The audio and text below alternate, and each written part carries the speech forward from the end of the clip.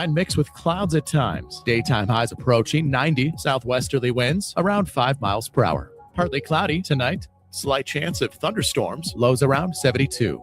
Get weather anytime by calling 824-6101 or online at TaylorvilleDailyNews.com. Right now, it's 73 degrees. WTIM.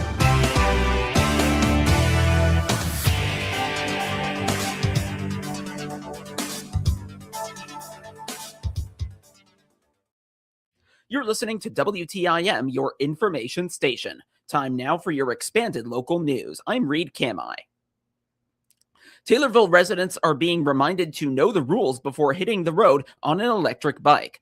The Taylorville Police Department is sharing information about Illinois' e-bike laws, encouraging riders to stay safe and avoid costly violations. Under state law, Class 1 e-bikes are pedal assist only, with motor assistance ending at 20 miles per hour. Class 2 e-bikes can use a throttle and also have a top assisted speed of 20 miles per hour. Class 3 e-bikes are pedal assist only and can reach up to 28 miles per hour. Riders must be at least 15 years old to operate a Class 1 or Class 2 e-bike, while Class 3 riders must be at least 16. Police say e-bikes are allowed on public streets, but they are not permitted to operate on sidewalks anywhere in Illinois. Riders under the age of 18 are also prohibited from carrying passengers unless that passenger is an immediate family member. While helmets are not required by state law, the department strongly encourages every rider to wear one for added safety. Officials also remind residents that once an electric bike exceeds 750 watts of power or is capable of traveling faster than 28 miles per hour, it is no longer considered an e-bike under Illinois law. Those higher speed devices may be classified as motor-driven cycles and could require a valid driver's license, liability insurance, registration, and a title. Violating the law can result in traffic citations, and in some cases, police may impound the vehicle. Operating an unregistered, uninsured, or improperly classified motor-driven cycle can also lead to more serious legal consequences, including DUI charges if the rider is impaired. Taylorville Police Chief Dwayne Wheeler also shared an educational video about e-bikes on the Taylorville Police Department Facebook page. The Taylorville Fire Department is looking to boost its number of firefighters ready to serve the community. They will begin testing for incoming applicants in the fall before finalizing its list of eligible staff by March. The department encourages all interested community members who meet their eligibility requirements to apply. Chief Matt Aderman says the process includes a written exam and an oral interview. Yeah, so again, according to state law, we established an eligibility list that lasts for 2 years. So the current list will expire March of 2027. It takes roughly 6 months to establish a list for us. So we're going to start testing. I believe we'll be testing in October. I just want to let everybody know to keep an eye on our social media and local media and everything like that, because we'll be putting it out there how we go about doing the testing and everything else. What we do is we'll do a written test, and that's put on by the National Testing Network. It's a national company that does entry-level firefighting testing. And then from there, we'll do an oral interview where they'll sit in front of the Police and Fire Commission. They'll be awarded certain preference points, and then the list will be established at about the time the other one would end. From there, the department creates a priority list of eligible candidates. When there's an opening, the highest ranked candidate not already on the squad earns the opportunity to join. Yeah, they're ranked 1 through, hopefully 1 through 50. This, we like a lot of people to come test. And then as a position becomes available, the commission goes to the first one on the list, and then they do, background check, investigation, stuff like that. And if they pass everything, they accept the job, then we hire them on. Okay, so you kind of go down the list, and then next person who's not already there gets hired. Do the current firefighters have to retest? No. Once you're hired, you're there. This is just for initial eligibility.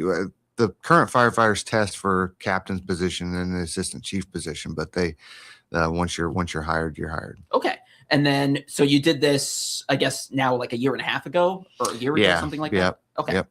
Okay. How many folks did you have test last time, if you can share? I think we had 20, approximately 20, I believe, is Okay. how many we had on the list last time. And you can have up to 50 people. it Oh, we sounds could like. have 1,000 on there if we Okay. wanted to. Okay. But yeah, So like if everyone, fits the bill, they can all get on. It yeah, sounds like. Yeah. Generally, candidates must be between the ages of 21 and 35 and have at least a high school diploma or GED to be eligible.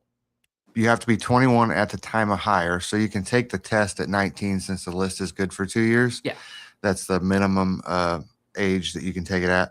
And then the maximum is 35 unless you have prior military experience or prior firefighting experience. Then the law kind of allows a few extra years on there. A minimum of a high school GED to test. And then pretty much that's like the minimum for it. Okay. So it sounds like if you start before you're 35, then you might be able to, go on a little bit after that. Sure. Okay. Yeah. Chief Aderman says his department will release more information on logistics and registration through their Facebook page.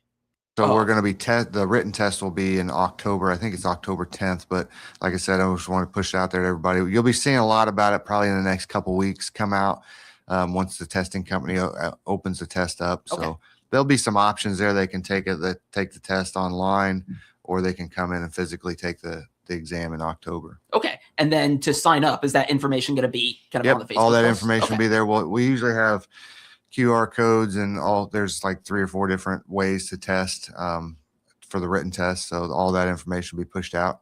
So keep follow, and share us on Facebook so you can make sure you don't miss it. More information on the Taylorville Fire Department is available at taylorville.net/fire-DEPT. Chief Matt Aderman appeared as a guest on the WTIM Morning Show. The Christian County Health Department has undergone staffing changes. They have hired a new director of mental health and substance use in Tiffany Sims. Additionally, Tawny Calloway, their breastfeeding peer counselor, now also holds the title of community health worker. The department hopes these changes will strengthen their work in supporting community members' health. Tiffany Sims is the most recent hire. The SIU graduate will oversee the health department's operations regarding mental health and substance use recovery. Well, my role is to oversee the mental health and substance use services for the county health department, support our team, and help ensure that people in the community have the access to the mental health care and resources that they need. And so a little bit about what brought me here. While I know that life is incredibly beautiful, I know that life can also be incredibly hard at times. And there's a multitude of different life stressors that can create heavy mental and emotional strain. And sometimes not everybody has the support that they need. And it can lead to some unhealthy coping mechanisms and symptoms that we see. So we're here as a team, and I'm here to walk alongside others through those rough times and to help them regain hope and a sense of freedom and healing. Sims says she came in with several key priorities around care access. I actually am a major to-do list maker. So every day I have a to-do list, and it seems like I check it off, but then it grows and it gets bigger the next day. So right now, though, while I'm not new to Christian County, I am new to this role. And so my first task is to listen and to learn. So I know rural communities are often a dry area for mental health and substance use resources and social services. So making sure that I'm listening to our community partners and members and learning what it is that our county might be lacking or what gaps need to be filled is going to be super important and helping us as a team kind of determine what direction we want to go and what resources and programs we actually need so that we can meet those specific needs. As for Tawny Calloway, now serving as community health worker, she will aim to help guide community members to resources and support services they need. So basically a CHW or community health worker is just kind of the frontline public health professional who is trusted member of the community, but they act as a bridge between like health and social services and the community, helping to remove like any barriers and improve health outcomes. So just providing services or helping them connect with different resources that they might need, whether it's housing, transportation, you know, if they're experiencing food insecurity, I can help them kind of navigate where some food sources are in the community. And just be there to support. And like I said, identify those barriers, work with them, and help them, you know, get what they need. Despite the change, Callaway will continue to orchestrate the breastfeeding support group sessions and classes she has been involved in. The support group meets the final Thursday of every month from 6 to 7 in the evening, so the next such event will happen on July 30th. The next class will take place in August at a date and time to be determined. More information on the Christian County Health Department is available at cchdil.org. Tani Callaway and Tiffany Sims appeared as guests on the WTIM Morning Show. Gardeners in Christian County will have a number of sales and events to look forward to. The Master Gardeners at the University of Illinois Extension are organizing these happenings. The sales involve plants which can thrive when set at this time of the year. On Sunday, July 26th from 12:30 to 3 in the afternoon at the Washington Park Botanical Garden in Springfield, an iris sale will take place.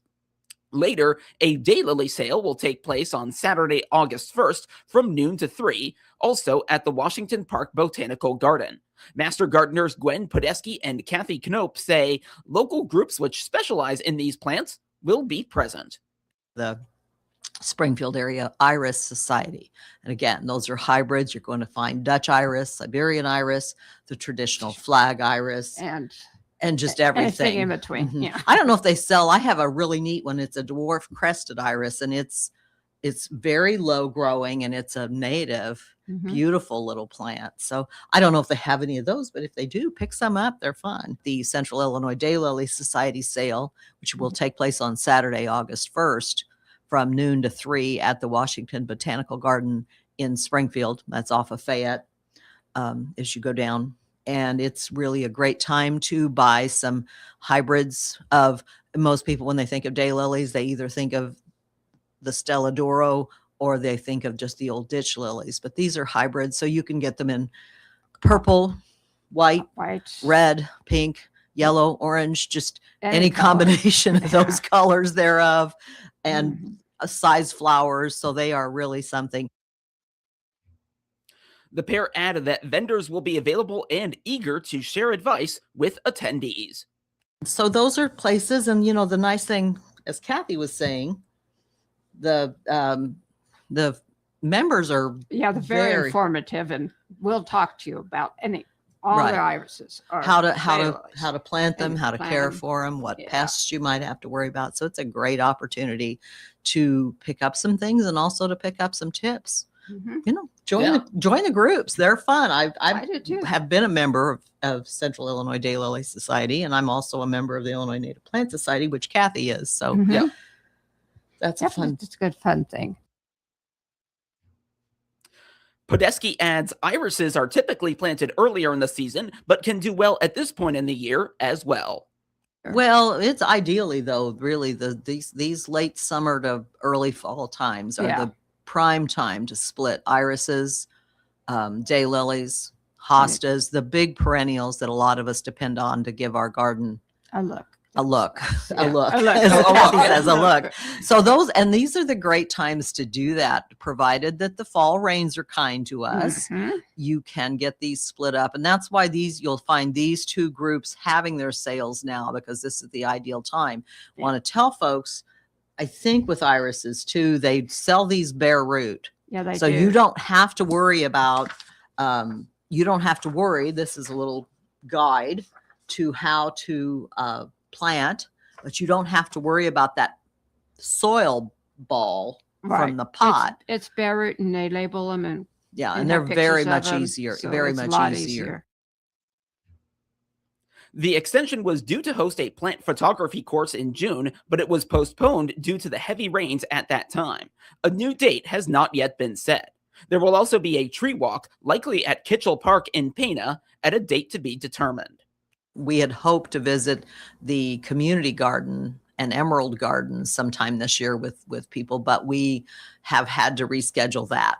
So something's come up and we've had to reschedule that. But we are in the very early planning states meeting on Thursday down at Kitchell Memorial Park. We're going to be evaluating that for our fall tree walk this year. So you'll maybe hear more of that about that coming up once we get a date set and decide what we want to focus on down at Kitchell and Pana. The Master Gardeners also remind the local public that their help desk is open Thursdays from 9 to 11 in the morning.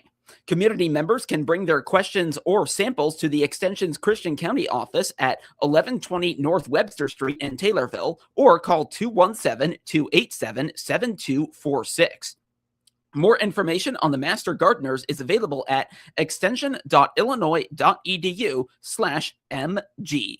Kathy Knope and Gwen Podesky appeared as guests on the WTIM Morning Show.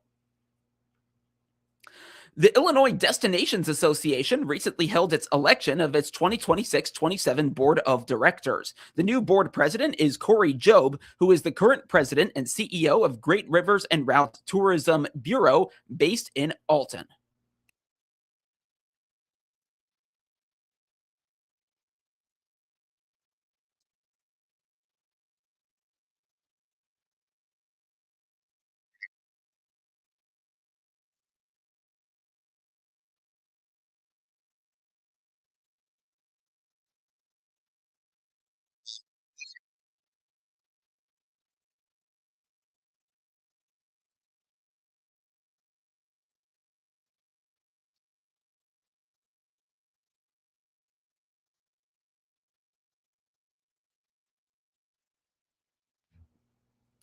He says tourism continues to be a powerful economic driver across Illinois, generating billions in visitor spending, supporting thousands of jobs, and enhancing the quality of life in communities throughout the state.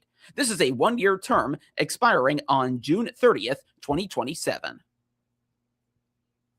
With summer vacations underway, the need for blood across Illinois is reaching critical levels, leaving blood banks with only a few days' worth of supplies. Kirby Wynn, the director of communications at Impact Life, reports that the biggest need is type O positive and O negative blood, which are at critically low levels.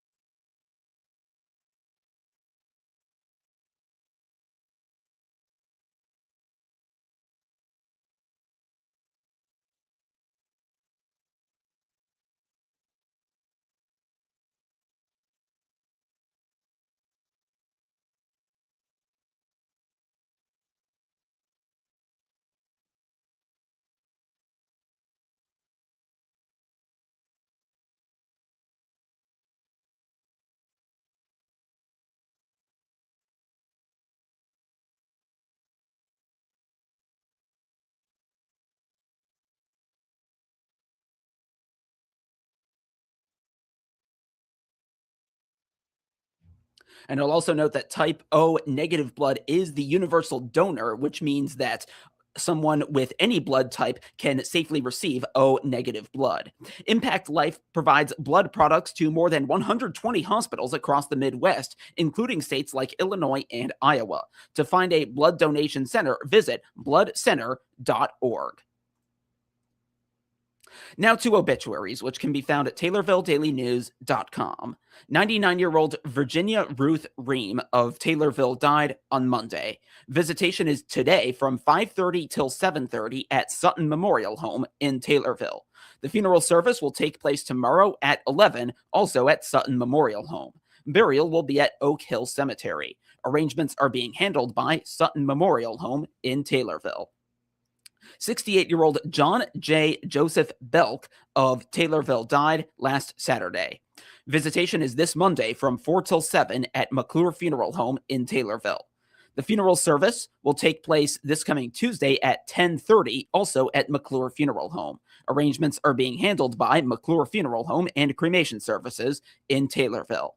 And 72-year-old Raymond Ray Thomas Shaw of Springfield died last Friday. A funeral mass will take place August 8th at 11 at Blessed Sacrament Catholic Church in Springfield. A private celebration of life will follow. Get local news anytime at TaylorvilleDailyNews.com.